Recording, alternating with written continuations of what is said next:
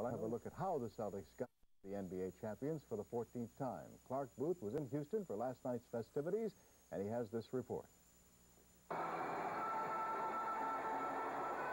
In the end, Texas hearts were deeply touched by the Rockets, so at the start there was a lavish display of such sentiment.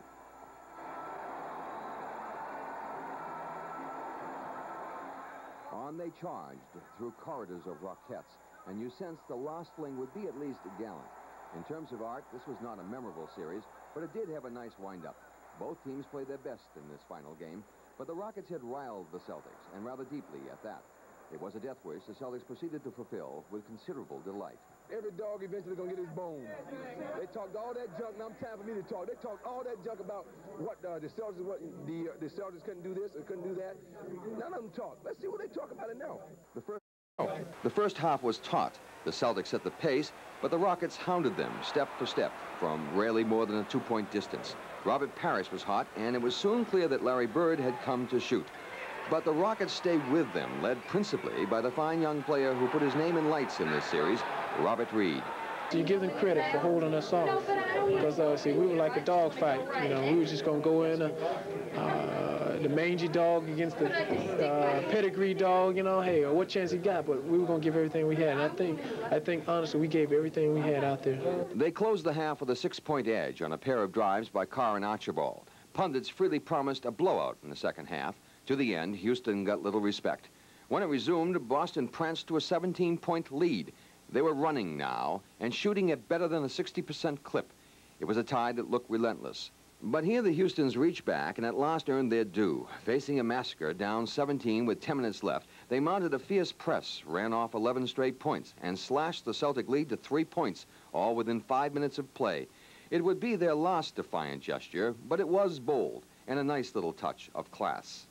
I had a feeling that somehow we were going to win it, and so I couldn't figure out just exactly how. When we were down 17, we made some changes that happened to work, but when we got to within 3, I thought, yep, sure enough, it is going to happen. Larry Bird thought differently. How perfectly stated. For it was the smoldering Bird, who had been at least loosely controlled this series, who took it upon himself to end the madness. It was a sort of mandate only the true greats dare seize. He hit 2 jumpers to put Boston back by 7. When the Rockets lurched once more, cutting it to 3 again, he closed them out with a brazen 3-point bomb. It was memorable, and it was done with the audacity that only the very best can summon. Well, I was standing over in the corner wide open, and they got me the ball, and nobody ran at me, so I just took a half a step back, shot the shot. In them situations, we had a 3-point lead. They still had to score twice to get ahead or come down and hit a 3-pointer themselves. So all I did, it was nothing. I didn't even think about it at the time until after I hit it. Then it hit me that I hit a 3-pointer, and it was a key play of the game, but a lot of other guys made a lot of key plays, and it was just a shot that had to be taken at that time. Seconds later, Houston's last forlorn hope expired in a wild, loose ball scramble. If it was not a pretty series, it was a hard one. So it veered into that euphoric glow that is always best when a thing worth doing is finally done, and done so very well. Chief, brother, Chief!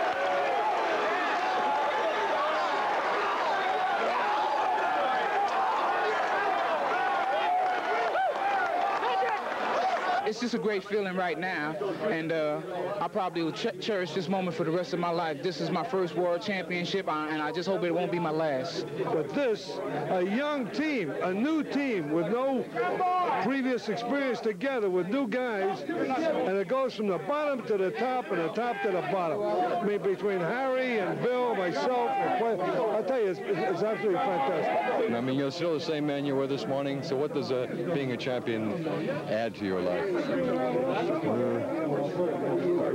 big playoff share, and lots of attention, probably a few endorsements, and a couple more things like that. Tell you, it's a hell of a lot of hard work. If you told me this year I'd have worked this hard, I'd have told you were crazy. I didn't believe there could be this much hard work in the world, but there is, and it paid off. A lot of times, you're very humble, and you say, hey, we really don't deserve all this. This group deserves it. We worked hard for it, and I'm very happy that we didn't blow it. We're very happy we won. It's a gallant effort on our part. We played hard, and I feel good. It's just a great feeling to do it. And I've never been in a situation where I've won something like this, and it definitely is going to hit me a little bit later.